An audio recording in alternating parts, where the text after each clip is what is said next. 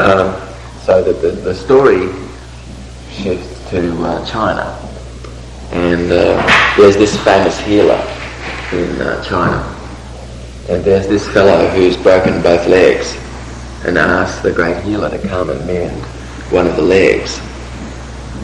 And the great healer comes and labours on that leg, and then leaves.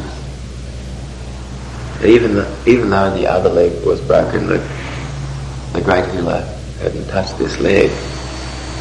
And everybody wanted to know why this great healer hadn't mended this other man's leg.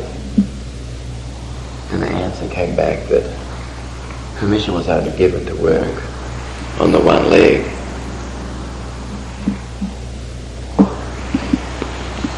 And by this, this great healer meant not to be unsympathetic, but that we would never enter a house unless we're invited. And that permission was only given to work on the one leg. And that we are not to know how it is that others are learning the lessons of this life. And that some people are learning in sickness, and other people are learning in health. And by this we mean not to be unsympathetic, but to ask permission. So you'll always find me asking you for your permission.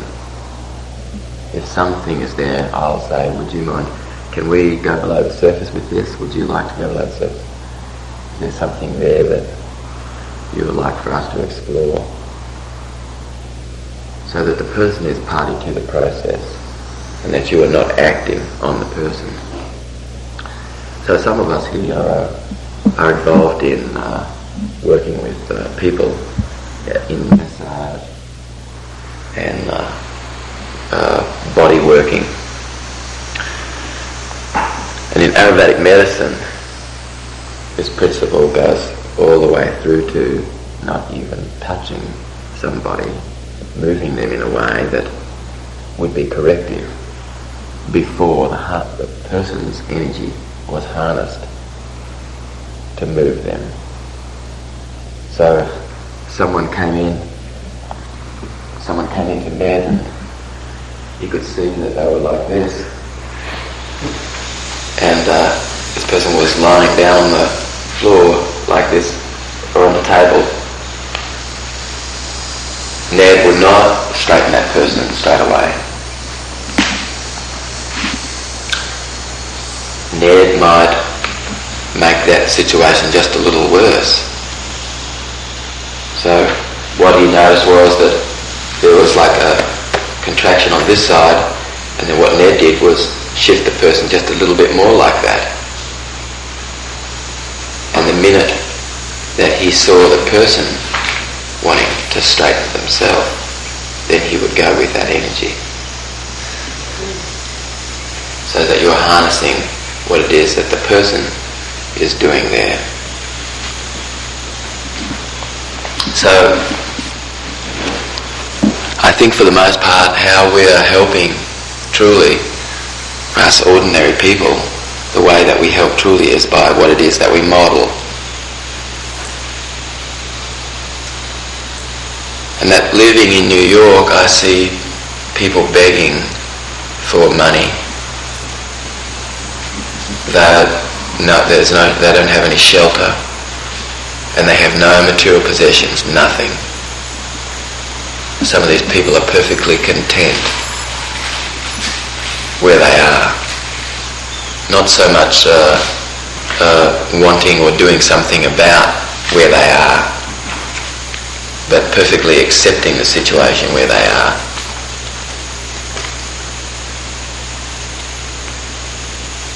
And I think that having lived in New York, I've learned to respect these people and not so much look at them like they should have a job, or they should have a home, they should have a house that they live in, and that I'm equal. I'm equal to these people and they're equal to me, and I see them as my equal completely, not passing judgment over them. in the position that they're in at all.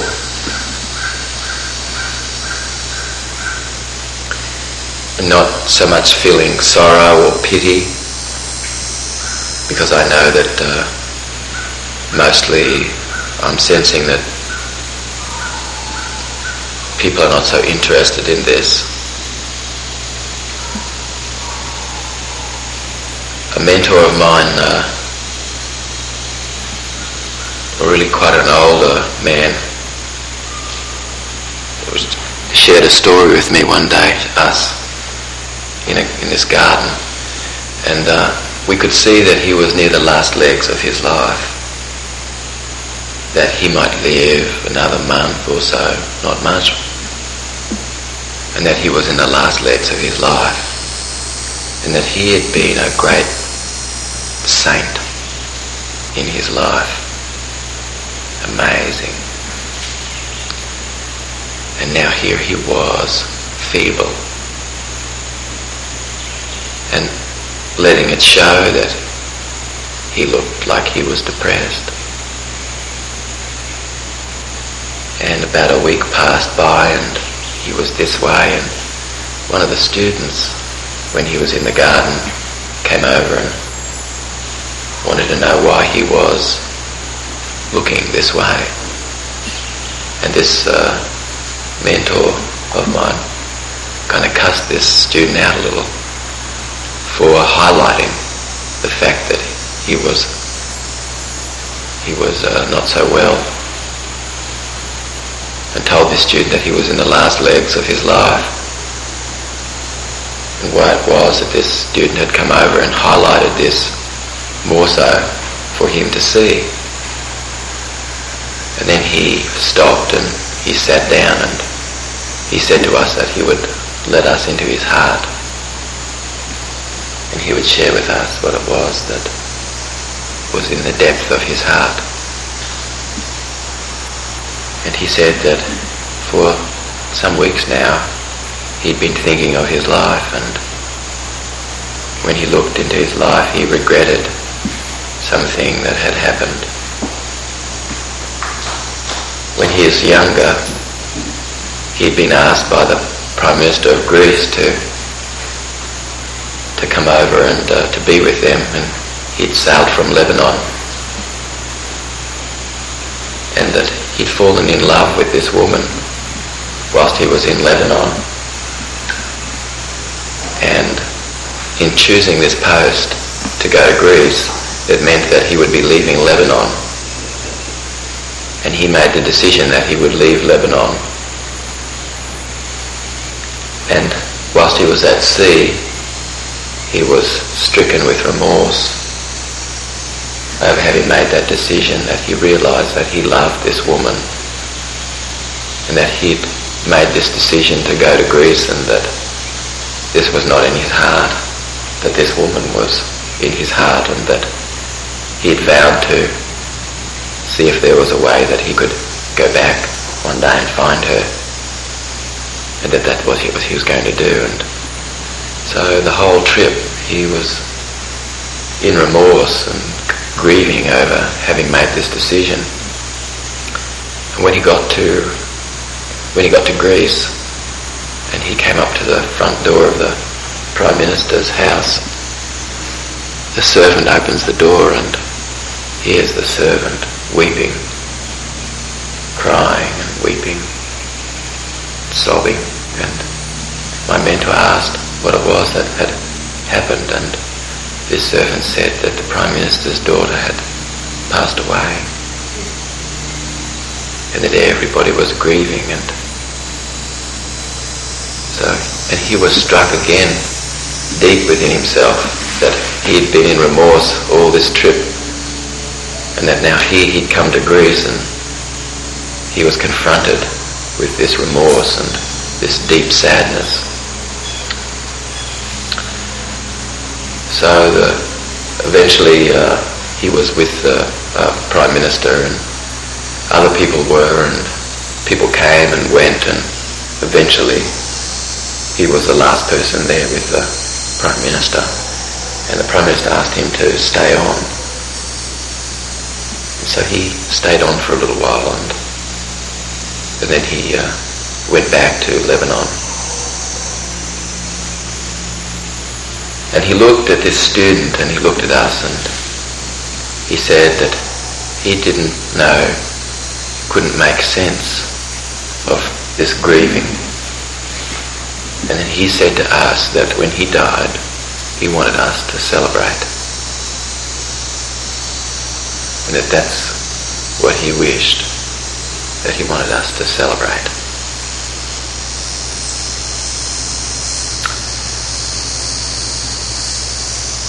So, in those celebrations that you go to in your life, there's this place of celebration. There's no place there for death and dying. That when you are in the act of celebrating, that there's no place for death and dying.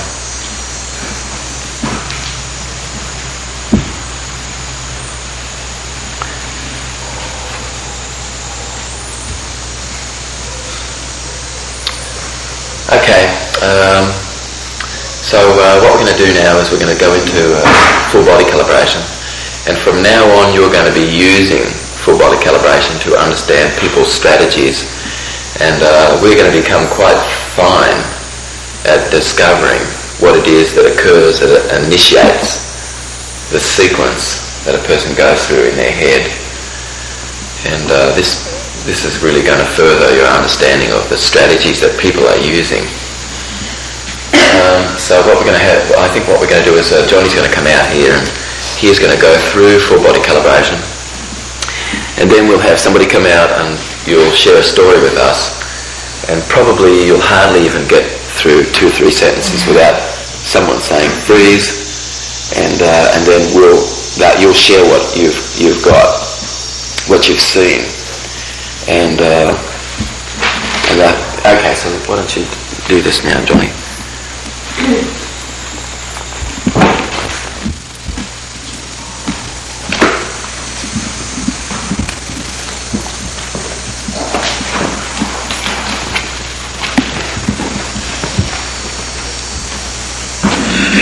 When we had our early morning cram session on Friday, we talked a little about this. The first thing that really comes to me is about the power of the brain and the structural complexity and sophistication of the brain, where we would have an average of, say, 50 billion neurons in the brain, little cells, each one of which connects to an average of 25,000 other cells, so that there's enormous capacity for information flow and for storage and retrieval. There are over 1,000 trillion connections in the brain.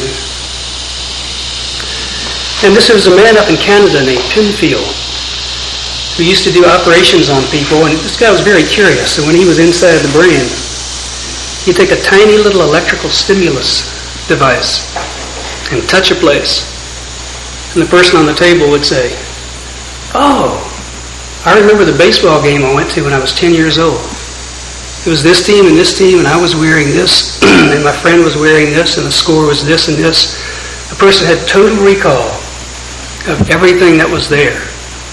And this guy did a bunch of experiments like this and found out that people would have recall of things that had happened in their lives that they weren't even conscious of at the time. I told you the story of one person remembering the number of telephone poles that he walked by on the way to school when he was 6 years old. At the time he wasn't even conscious, but when he got stimulated here, all of this came back. And it's currently thought that every single thing that we've ever seen or heard or smelled or tasted or touched or perceived in any one of our senses is stored accurately in our brains. If this is true, you can imagine the power that we have. And it would be just a matter of retrieving what's stored, because it's all in there. Now the brain uses other mechanisms to retrieve. We talked about eye accessing cues, and you can think of your eyes as little switches, so that if you would look up in one direction, there would be a switching occurring that would shunt the electrical stimulus to a certain part of the brain where this is processed. And if the eyes go somewhere else, it sets up processing in a different part of the brain. So that eyes up like this would lead us to process visually, and eyes down like this, we begin to process kinesthetically. And this is standard NLP knowledge. What we're doing here and what whole brain functioning has added to this is the idea of every part of the body as a way to access ways of processing in the brain. So that just as the eyes up tell us to process visually, a hand movement up in the visual space sets up the same kind of processing. A hand movement down here, a hand movement in any one of the psychographic spaces, the visual, auditory, kinesthetic, and internal dialogue spaces, sets up processing of that type. Hands, just really any part of your body, what your foot's doing, a little tapping down here or a movement of the knee down in kinesthetic, sets us up to be doing that and actually gives a signal to everyone on the outside of how a person's processing. So you would suspect if somebody is listening to you and doing this, no matter where their eyes are, that they might be having internal dialogue while they're having a conversation with you. Okay, so what is it about the foot moving like this that enables us to know that it's internal dialogue? How is it disconnected in the brain? It's on the lower left-hand side of the body. This is... Okay. Is this for anybody? Yes. Okay. Yes, on the lower left-hand side of the body, which would be also related to. So that a movement on the right side of the body, anywhere on the right side of the body, is largely being influenced by the left hemisphere and is priming that hemisphere and telling it to operate and being operated by it. Constructing things, constructing. And any movement on the left hand of the body is wired to the right hemisphere, which is about space, the big picture of things, getting information as a whole, all at once. Whereas this hemisphere would be about step by step by step sequencing. Like you're making plans or you're moving your body in a certain way, making a sequence of things. Because memory is largely processed here, a movement on this side of the body, activating this hemisphere, would be about visual, auditory memory, internal dialogue. And since the future is something that we construct with the left hemisphere, movements over here on the right-hand side connected to this hemisphere would be about the future. Visual construction, visual memory, and kinesthetic motor sequencing. Visual construct, auditory construct, and kinesthetic construct. Your ability to sequence something kinesthetically. Okay, and basically the quadrant would be when I lift my hand above my breast line here, I'm going much more into a visual mode. And what kind of vision is this that I'm using? If I bring my hand up here? Visual construct. So what does that mean? Creating vision. Yes, so give us an example. What could I be doing up here? Giving someone an instruction. We're going to go this direction. Possibly. This is where I could see a blue tea kettle running across the table. Right? And this might not be something that I've seen before, but this is something that I could construct. And generally, we're putting together a visual picture from words. When you see somebody coming up over here, right into this quadrant, or addressing this quadrant up here, basically this is where we would go to put together a picture actually. So if Johnny asked me, had I done something, and I was going to rely on my memory, and then he saw me go up like this, he would know that quite possibly, I actually have not gone to the memory, but that I'm constructing it. Making it up. I'm making it up. Right. And so when the hand comes down, or the eyes come down into this quadrant, or there's movement in this quadrant over here, so down below the breast line and in between the hip line and the breast line, if my hands are in here, what is this here? Right, auditory. Alright, and what is that? I can hear the birds chirping and the blue tea kettle. Okay. No. Because the birds are not over here. Creating sound. Constructing what you're going to say. Constructing. Okay, so it's auditory construct over here. Right? So give us an example of auditory construct. What is auditory construct? Telling yourself something? Something you'd like to hear? Yes, actually, it wouldn't be inside telling self. You would be in the process of constructing something to say, something that you had not heard before, something that you were just about to sequence. That's where this is over here. Prepared for Something that you've actually heard yourself say before is over here. But something that you would be constructing to say is primed by bringing your hand out over here. You're priming that aspect of the brain, matter of fact. So this is aiding, like an aerial is being tuned, like the length of an aerial in a radio. As you turn the dial, basically the length of the aerial is changing so that a wave band that's coming in, it's able to pick up exactly that wave band. Well, that's what the hand is doing over here to the brain. When you're in that mode, are you thinking in sentence, syntax? Yes, you more than likely are constructing something. You're putting together something with words, and you're actually putting it together. If it was over here, like this with my eyes level and my hand out over here, or my eyes more or less straight ahead and my hand over here, alright? More or less this quadrant here is auditory memory. Would this be like where if you're telling a story that you've already told before? Yes. Right. History, your history, your ability to put to language something that's from history, from your past. All of this is over here. So what is over here? That. Past history. Yes, and memory. So give us an example of that. Example of what you remember over here? Yeah, like what? What you heard? What you had heard before. What you'd heard yourself saying. Exactly. What you'd heard somebody else say. Possibly something that you had read. I'm doing this while I'm saying that. Yes. Yeah, Okay. when we hear music that we've heard many times, this is the... Yes. Okay. Now I have a question for you or Johnny. Have you ever observed people who make their living as psychics or who are giving trance information? Absolutely. Now, have you noticed that they come either from their memory, where they're rehearsing something, or is it visual or auditory construct when they're in, or is there no? Most of these people who are channeling, you'll notice that they've got direct tap to their right hemisphere, and they're processing from the gestalt. They look at the way that you come into the room. They lay some cards out. They look and see how you relate to these cards. Somebody's flipping through the cards and a card comes out. Maybe it's the Fool. Maybe it's death, transformation, whatever it is.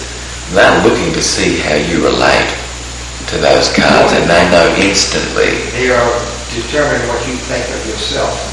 Yeah, they're reading you very much. Most of these people you'll notice actually, like for instance, what is this fellow who's on a tape? Lazarus. Right now, when Lazarus goes into to channel, you'll see really that you'll actually see him come into that aspect of his body.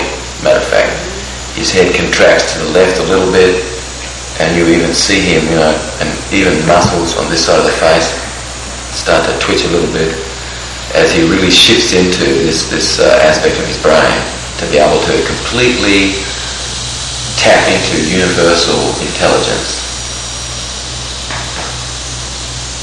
Okay, sorry, John. I remember during Watergate when Nixon would get on TV and somebody asked him a question about what has actually happened here in the past, and he'd kind of go over here to memory, auditory memory, and then he'd go like this, and he's really shifted his eyes quite a bit, and he'd shift his eyes from side to side in auditory range. So there might be something happening like going back to remember what really happened, then going into construction to create what it is that he's going to say really happened, and just making a shift. That's how we get the word shifty. Shifty eyes. people that there's something about trust with that. So what about shiftiness? What is that? What's going on? Lying. Trying to match the past with the future. Yes, in this situation, right? Right. I'll just share something with you so that you're aware of it in your body and with others. When you are seeing a lot of accessing cues, the person's everywhere. I'm going to exaggerate, right? You know, they're talking to you and you see them kind of doing this. I'm really exaggerating, okay? Because it's subtle. You can know the person's really dissociated because the frequency of accessing cues, when the frequency of accessing cues is minimized, this person is much more in an integrated state. And as we become adults, we really learn how to concentrate. And before this time, you'll notice that Andy, for instance, you know, he's aware of everything outside, and he's aware of everything because he's like all over the place. You know, if he went to the restaurant or something, he would know what music had just been played because he's all over the place, more or less. Right? And as we become adults, we slowly learn how to tune in and focus in on something. And you'll notice more or less when someone truly is focused on something, there's very few shifts occur at all. So what happens between the pilot of an aircraft and the co-pilot when they're taking off about blink rate? Anybody know? What would you imagine? The difference between the co-pilot and the pilot as far as blink rate and taking off? Pilot's blink rate will go down now. Yes. About that, because everything. And what about the two, the co-pilot and the pilot? What would be the difference between the two? The co-pilot speed up. Huh? The co-pilot speed up. Well, yes, okay. Not so much that the co-pilot speeds up, but the difference, the major responsibility for getting the aircraft off the ground is the pilot. And so you'll notice that the blink rate of the pilot is much smaller and fewer than the co-pilot because of that responsibility. Because of stress. Yes. You'll notice that when you're with others and you ask them a question, the minute that the person gets the question, often then you'll see a blink. But if you are talking to somebody and you notice, you know, especially if you ask them something and then you can see that they're kind of blinking, right? This is an indication of dissociation. The person's actually dissociating. So anyway, the one thing here that, as we go on, Johnny's going to go on, is that these accessing cues are there when the person's in an associated state. And it's possible that somebody could be doing something else if they're dissociated. I have never seen anybody access information differently when they're in an associated state. If you bring them into the present tense, that they're in an integrated associated state. I've never seen anybody access differently. Everybody has their heart on their left side. Everybody has their liver on their right side. Everybody has their spleen on their left side. And everybody's left hemisphere is much more connected to the base of the brain than the right hemisphere. The posterior horizontal ramus, which is a fold of tissue, is much higher up on the left side, indicating a greater amount of tissue connecting the front and the back of the brain with the left hemisphere. The opposite is never true in all of anatomical studies. There's gross anatomical asymmetries between both hemispheres, and that this form follows function. So you're going to get some of this information when you read the vestibular paper, and over the next month, that's going to be one of your reading assignments, that you read through that vestibular paper and that you become familiar with the vestibular paper. If you do this, you'll be understanding what creates, through our psyche, what creates a condition where the immune system is lowered, what creates a condition, in fact, where there is a possibility of tumour being created as a result of what's occurring in the psyche. So that's a very good idea to make sure that you read this paper and that you read it a few times. Excuse me. That's quite all right. So we can think of eye movements or full body movements as a way to help our brain process. You're talking about internal dialect and movement of football. Does that necessarily mean the person is not listening to you when you're talking to these guys' minds? They could be listening to you with part of their neurology to the extent that they're, say, 50% talking to themselves inside. They would have maybe the other 50% of their auditory neurology available to hear what you're saying. And to the extent that they're involved in internal dialogue, that part is dissociated from external dialogue. In other words, the more that I would see something out there in front of me, right, in my mind, the more space that would be taken away from the neurology that would be actually used to see something externally. Internal neurology, internal endogenous activity at certain levels of our neurology compete for exogenous activity. So if I've got something occurring in my brain in the auditory system and I'm hearing that, and I might not be aware of it, but that's going on inside my brain, then there's that much neurology which is not available for actual hearing of something on the outside. As a whole brain person, you have the ability to process 3 or 4 things at one time, don't you? We can process 7 or 8. You can be aware of a multitude of things.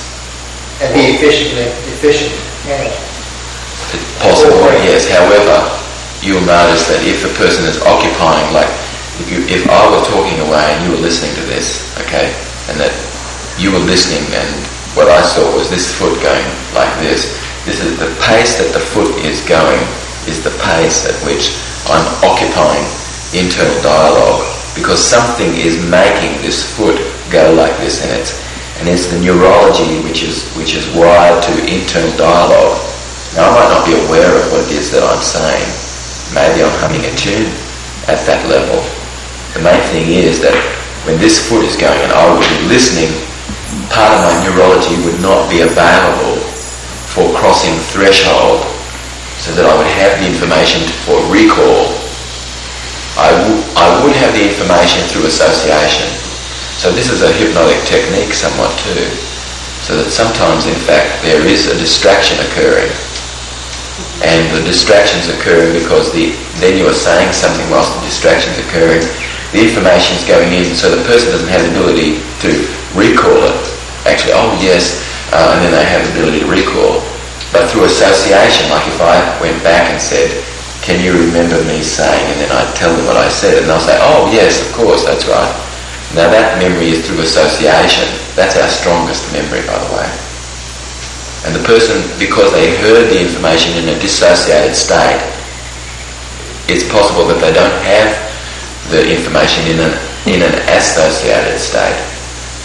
To be able to recall the information, you're in need of being in an associated state somewhat. The more that you can do that, the more likely it is, in fact, that you'll easily just have recall for it. What does internal dialogue mean? I mean, are we really talking about sentences? Sure, we really actually talk to ourselves inside. If you listen, if you're driving down the road in your car and all of a sudden you notice that you're having this conversation, you're thinking.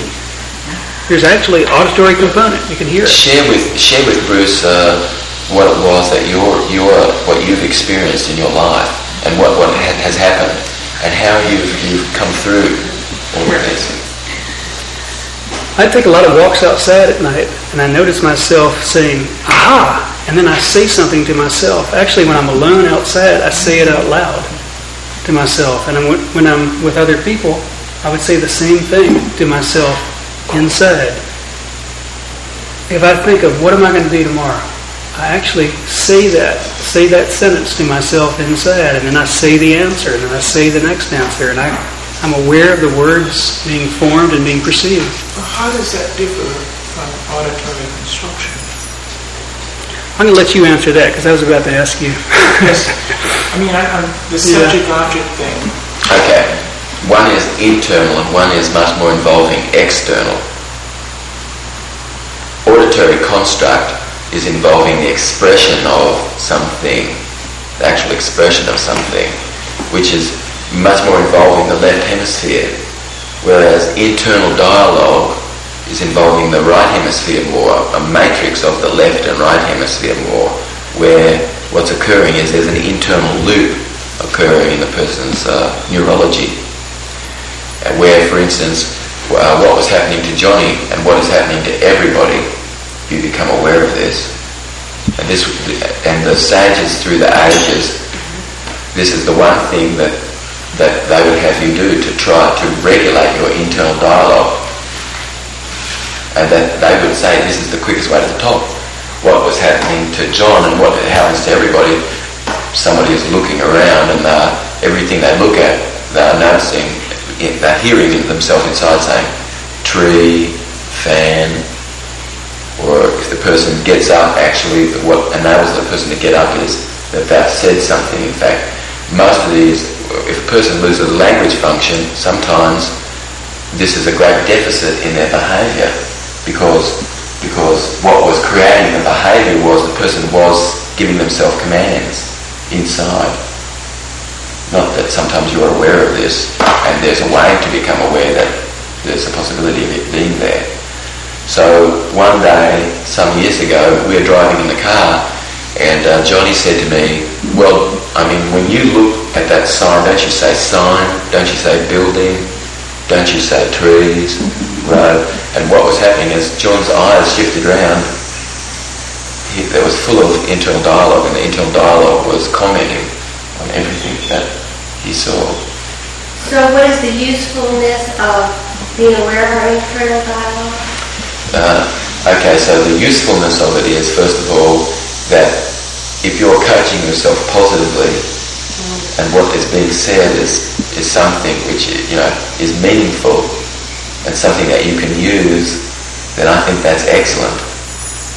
And I think for the most part, internal dialogue is words which are being censored often, so that when you're with somebody and that you're having an internal dialogue to yourself, is this something that you can share with the person that you're with? Then I would say go ahead and share it, actually, and shape it. With internal dialogue, you can repattern your behavior patterns?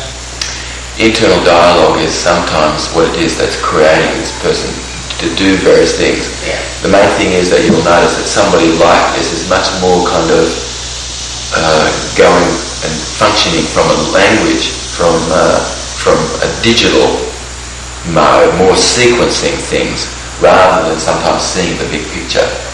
This kind of person is easily get lost in the woods, because their focus is coming in like that rather than being out wide and kind of thinking of the big picture of where they've been or whatever. It's like when somebody gets inebriated a little with alcohol. What the alcohol does is it anesthetizes the right hemisphere, so all that's left kind of is a combination of the left, and so the person doesn't have the ability to kind of even do sequence things like that, because what's left is this ability just to sequence without the whole. Anyway, the main thing is that internal dialogue is really often what messes someone's ability to be able to speak, for instance, because what they're doing is something else is happening whilst they're in an ability to be expressive. If you're in a mode in your brain that's involving introspection, which is internal dialogue involves, and you're trying to be in an expressive mode, it's like trying to do two things that are competing with each other. And you'll notice that when this occurs, there's more of a chopped upness. You'll notice that there's a loss of a sequencing ability, and you'll notice that even you start to lose your train of thought a little. Anyway, it's possible to be anywhere, Bruce, and be able to completely have whole brain functioning. The main thing is simply that this is the major highway over here to introspection. And now there's many wonderful things down this highway. And also one of the things down this highway is inhibition and also aversion and many other wonderful things too. But the main thing is this is the major highway to introspection, and down over here this is the major highway to expression. So yesterday you said, yesterday you said that really good students were usually audio, visual, maybe kinesthetic, but they were audio, visual. And what I got out of that was that they would read the material, read it again, then see the material. And then now that to me is is that a form of maybe positive internal dialogue in terms of practicing a lesson or memorizing something? Okay, so now the one thing here is that there is a way to look at what somebody is doing as they study, to see how streamlined their strategy is, because some people's strategies for studying is very complex, and there's a way to shorten what it is that occurs, so there's much more of a streamlined approach. Now it really depends on what you're studying. If you were studying a legal question, it's possible that the strategy that you cited would be an okay strategy for that. But if the strategy involved figuring out something that someone has said in the family, then I would say this strategy is not very effective. Because it would be important that this person was able to process what was said first through their feeling, and then what they would say, what they would hear first would come through their feeling, and then they would be using their eyes. If someone was sharing this, they would be using their eyes to exit. So that's a much more effective strategy than it would be for someone to be using auditory, visual, and then kinesthetic. And that this strategy, kinesthetic, auditory, visual, might not be as effective, if you were studying a legal question, perhaps. Especially memorizing the legal question. It may be you may be better off using a strategy like the one you cited, auditory, visual, kinesthetic. The main thing is that to access whole brain functioning, you are having a preference for how you're feeling.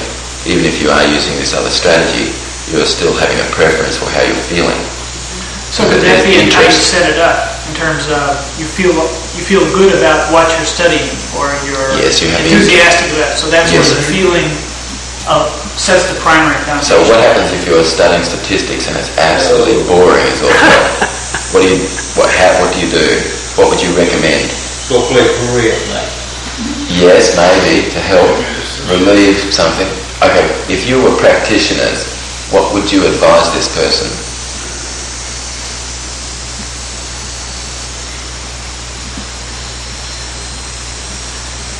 This person is studying statistics, and it's just like boring as all hell for the person, kind of. And they need to study this, right, to get where they need to go or something. Would it help if they placed themselves in a certain... Yes. Could you what? Yes, excellent. So D is saying, first of all, that it would be real helpful if they were able to bring the book over to this side. That absolutely is going to be helpful, right? You look at it from what side? Because this is involving the ability to sequence, which is absolutely important in counting. So it would be important that the person shifted the material over to this side, and a gifted person is naturally doing that. Gifted children at school just naturally are taking the material to that aspect of the brain, in fact, which is quite involved. Okay, what else would you do now? This person is not interested. Come on. Try to kick in the other side of the brain, either by music or by... Okay, so why would you be doing that actually? What would be the point of having some light music that doesn't have any digital component to it, but that's like more right brain, like the music we've been playing here? To tune in the pleasure? Yes. Okay, now if you were practitioners of whole brain functioning, right, and somebody came to you and they said that, I'm studying statistics at the moment, is there something that you can do to help me? Then you would say, well, is this something that you're interested in? And the person says, no, I really kind of... So that's the first thing that you help them with. How can you become interested in this? How can you trick yourself to become interested in this? And so there's some strategies that we'll learn, okay, that you'll learn, that really brain processes that will enable a person to actually become interested. Tuning into pleasure. Okay, so sometimes, for instance, what I'll do is I'll look at the blackboard and I see these, Pearson's correlation coefficient on the board with this massive formula, right? And this is just frightening to see all these, these symbols and everything, right? And have to memorize how this equation is worked out. And